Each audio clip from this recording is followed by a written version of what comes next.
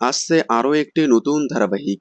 প্রত্যেকটা চ্যানেলের average TRP কমে যাওয়ায় এবং ধারাবাহিকগুলো টিআরপিতে স্লোঠারা হওয়ায় চ্যানেলগুলো নিয়ে আসছে একের পর এক নতুন নতুন ধারাবাহিক।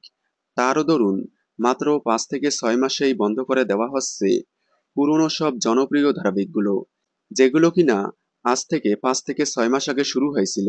নতুন নতুন কাস্টিং, নতুন নতুন কনসেপ্ট নিয়ে ধারাবাহিকগুলো শুরু হলেও প্রত্যেক সপ্তাহেই টিআরপিতে পিছিয়ে থাকায় এই অল্প কয়েকদিনেই বন্ধ করে দেওয়া হচ্ছে।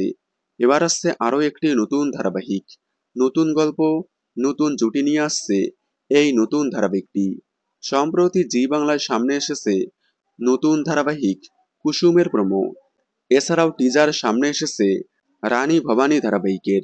এবার আসছে আরও একটি নতুন ধারাবাহিক। নিনি সিনিজ মাম্মাস প্রোডাকশন হাউজের আসছে নতুন ধারাবাহিক।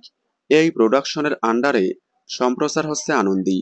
আনন্দী ধারাবাহিকের পর এবার আবারও আসছে নিনি সিনিজ মাম্মাজের নতুন ধারাবাহিক।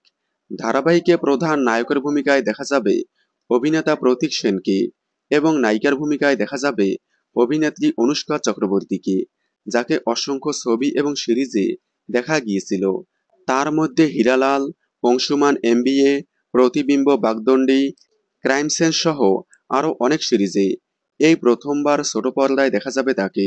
প্রতীক সেনকে দেখা যাবে দাদামণির ভূমিকায়। এমনকি ধারাবাহিকটির নামও হতে পারে দাদামণি। প্রোমো শুট হয়ে গিয়েছে। আগামী কয়েকদিনের মধ্যেই প্রোমো সামনে আসবে এই ধারাবাহিকের। আপনারা জি বাংলার আপকামিং নতুন ধারাবাহিক দাদামণি দেখার জন্য কতটা এক্সাইটেড কমেন্টে জানাবেন।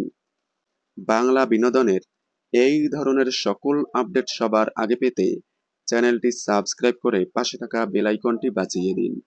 ধন্যবাদ।